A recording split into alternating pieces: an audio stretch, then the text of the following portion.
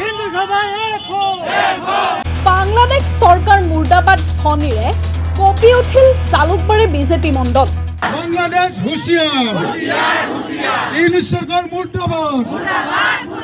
বিশ্বৰ হিন্দু এক হোৱাৰ দাবীৰে গৰ্জিত হৈ উঠিল সচেতন জনতা। কেইদিনমান পূৰ্বে যিহেতু বাংলাদেশত দীপু দাস নামৰ যুৱকগৰাকীক জীয়াই জ্বলাই দিয়া হৈছিল, মানৱতাক কলংকিত কৰি যোৱা উক্ত ঘটনাক কেন্দ্ৰ কৰিয়েই জংগী আন্দোলন গঢ়ি তুলিলে পাণ্ডু মালিগাঁওবাসী ৰাইজে। আদাবাৰী তিনিআলিত বাংলাদেশৰ পতাকা জ্বলাই দিয়াৰ লগতে বাংলাদেশৰ উপদেষ্টাৰ পুতলিকাও দাহ কৰে প্ৰতিবাদকাৰী ৰাইজে। পাণ্ডুস্থিত জালুকবাৰী বিজেপি মণ্ডল অফিচৰ পৰা আৰম্ভ হৈ আদাবাৰী তিনিআলিত অন্ত পৰে উক্ত প্ৰতিবাদৰ। প্ৰতিবাদী কাৰ্যসূচীটোত অংশগ্ৰহণ কৰে জালুকবাৰী বিজেপি মণ্ডলৰ সভাপতি পিয়াল দেৰ লগতে বিভিন্ন বিজেপি নেতা তথা সমূহ মালিগাঁও আৰু পাণ্ডুবাসী ৰাইজ। আমাৰ আজি খুব দুখৰ দিন।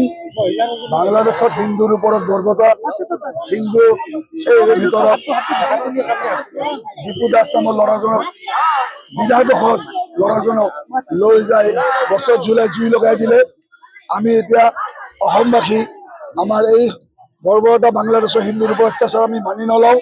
আগন্তুক দিনত আমি নিজে ভাবিছো এহঁতৰ চিলেট চাটগাঁও আমি নিজে দখল কৰিম। আমি যাম চিপাহী হিচাপত, আমি নিজে যাই আমিও দখল কৰিম।